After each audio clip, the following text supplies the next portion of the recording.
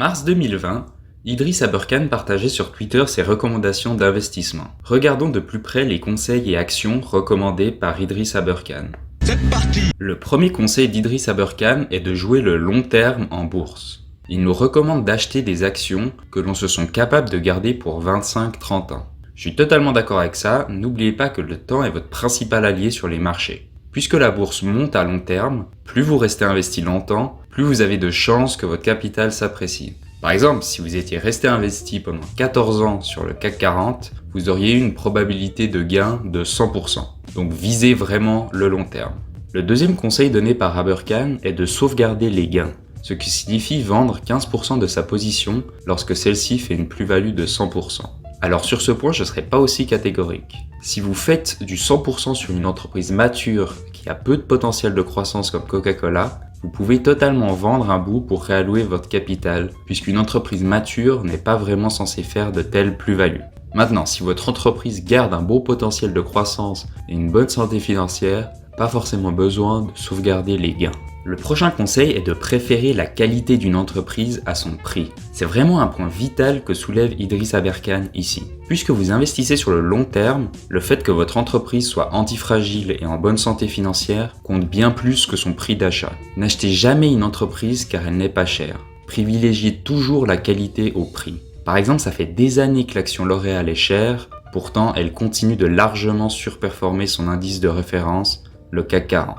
Quatrième conseil d'Aberkan, n'achetez pas un secteur. Combien de fois j'ai entendu qu'il fallait investir dans les maisons de retraite car la population était vieillissante. On voit le résultat aujourd'hui. Plus sérieusement, déjà n'essayez pas de prédire les secteurs d'avenir. Tout ça est déjà pricé dans les marchés. Restez diversifié pour maximiser vos chances de gain à long terme.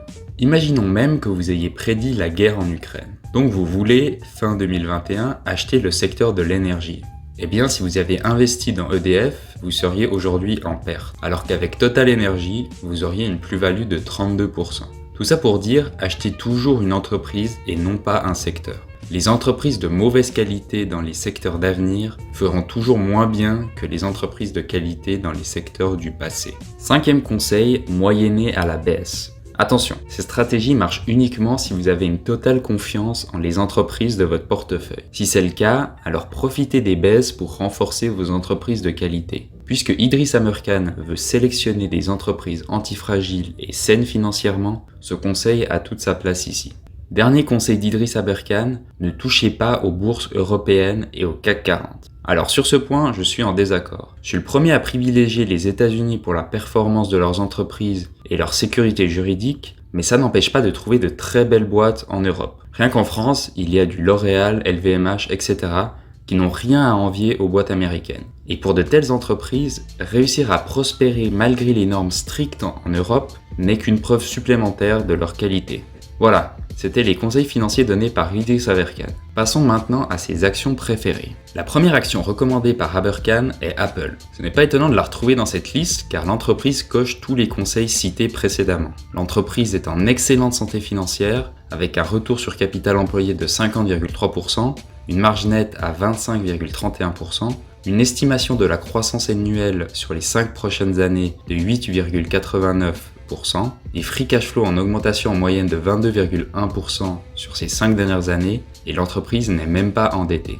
C'est une entreprise antifragile qui a su résister aux crises passées, et c'est une marque de luxe, donc qui encaisse bien les chocs économiques. Mais plus que tout ça, c'est une entreprise qui a su créer un écosystème complet autour de ses produits. Tous ces produits se connectent et interagissent entre eux, ce qui pousse les consommateurs possédant un produit Apple à n'acheter plus que les produits et services Apple pour bénéficier de cet écosystème. La deuxième action est Alibaba. C'est vrai qu'en mars 2020, l'action avait tout pour réussir, mais avec le durcissement des politiques économiques chinoises, les investisseurs ont vraiment fui cette entreprise comme la peste. Lorsque vous achetez une entreprise, en plus de la santé financière, il faut s'intéresser au socle juridique qui protège cette entreprise. Malheureusement, quand vous investissez dans des pays qui n'aiment pas spécialement la propriété privée, vous pouvez vous retrouver dans des situations comme Alibaba, qui a de fortes chances de se faire démanteler ou nationaliser par le gouvernement chinois. C'est pour ça que je me concentre principalement sur les États-Unis et l'Europe, car c'est là que la propriété privée est le plus respectée dans le monde. La troisième action est Blizzard. L'action a de bons fondamentaux économiques, et l'annonce du rachat de la boîte par Microsoft a fait grimper l'action